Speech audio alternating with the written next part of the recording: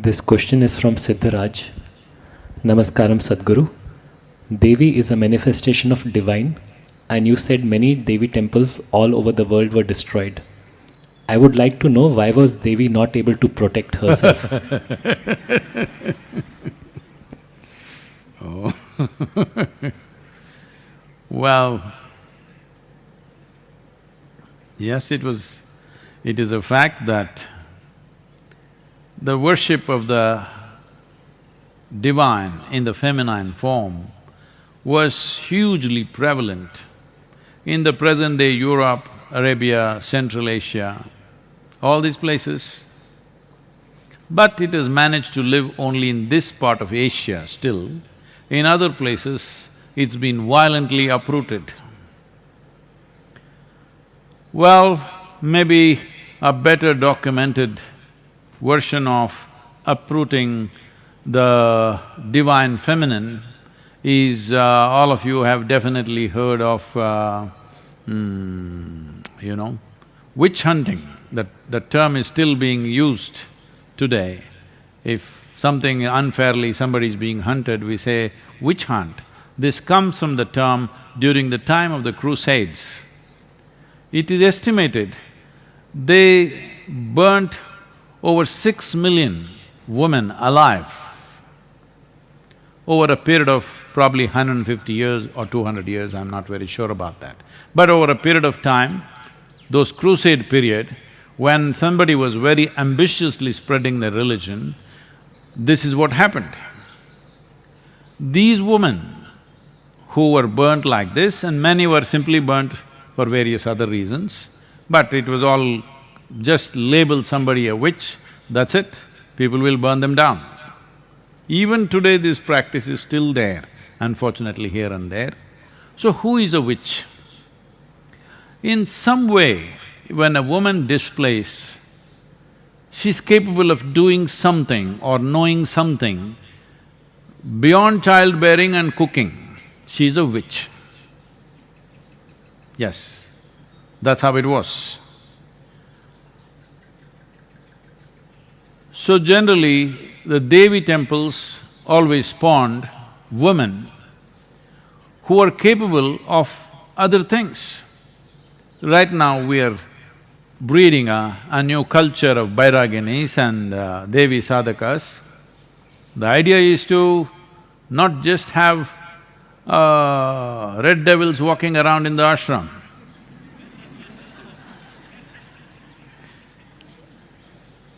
The idea is, slowly divinity walks around. They may take their time, but gradually to produce what you considered as divine, which you enshrine, must live with legs. So, the divine feminine has been uprooted simply because the Abrahamic way of religious process is purely male-oriented, it's completely masculine. There is no room for feminine to be anywhere there. It's God and His Son, it's God and His messengers, all male messengers, never female, because they're not reliable. They may say something else, because they may know something else, that's the problem. So, because of this, in Arabia, in Europe, in Central Asia, a lot of destruction happened. But there is not a single village in entire India without a Devi temple. And when I went to Somnath temple, it was destroyed 17 times over by a certain kind of warlord from Afghanistan. 17 times he makes this trip, which is over probably 1500 kilometers. He makes this trip just to destroy this temple. First time I can understand, because there was wealth, there was gold and stuff. All right, he looted it, destroyed it, burnt it down and went. Why come second time? Maybe little more wealth. But after that, there was no wealth because people just put up small things. But he came 17 times and destroyed. So I was inquiring, what is it? The thing was, those three goddesses that they talk about in Arabia, pre-Islamic era, one of those goddesses, one of the deities, some devotee carried it from there and established it in the Somnath temple as a consort of Shiva. So they wanted to destroy that goddess. So the guy makes a 1400 kilometer trip 17 times on a horseback to destroy her. That is how important it is to destroy a woman in this world. That's how important it is. Because if you empower the feminine, then all the silly laws all the silly ideologies, laws of heaven and nonsense that you've created, all that will collapse. I will not go into the mechanics of how it'll collapse, but think through this. Suppose you accepted a woman as a god. Suddenly, going somewhere and living well will go away, because that's not the nature of the feminine. It is always masculine. He wants to go somewhere and then live well.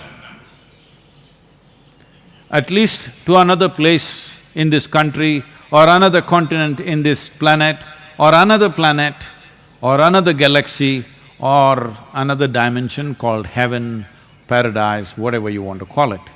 This is a man's thing, he wants to go somewhere and then live well.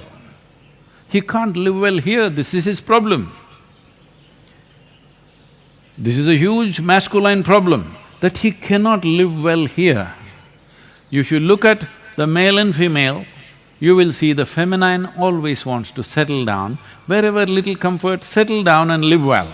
Man wants to climb the mountain and settle down on the other side. This side of the mountain is not okay for him.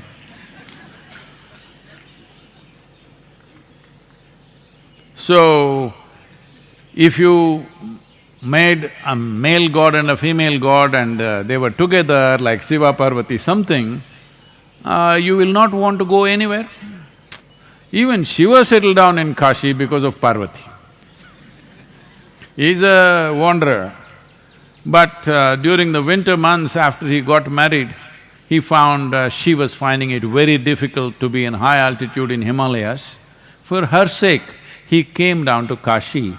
But then he also started liking it so much, for a long time he did not go back. So, feminine always brings settling down, masculine wants to propel somewhere. That propelling, too much propelling, we need some propelling, of course. Too much propelling is causing enormous destruction on all levels of life. Today, a whole lot of people have started philosophizing only because we overdid our economy, viruses come to neutralize our economy. I am not saying that. This is not the way to balance our economy or our activity. There are more sensible ways to do this. And one important way to do it is empower the feminine. You will see in many ways this propulsion will come down a little bit. Either you must be inward-oriented, then you can sit here. Or you're in some way bound to a woman, then you will sit here. Otherwise, single man, can't control him, he's all the time on. If you are inward-oriented, very effortlessly you will sit, otherwise a woman can tie you down.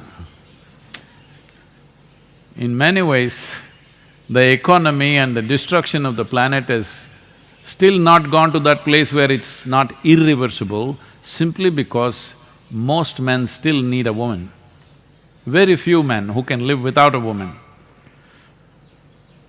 They are either ascetics, so no problem, or they are super ambitious tyrants, they are a problem.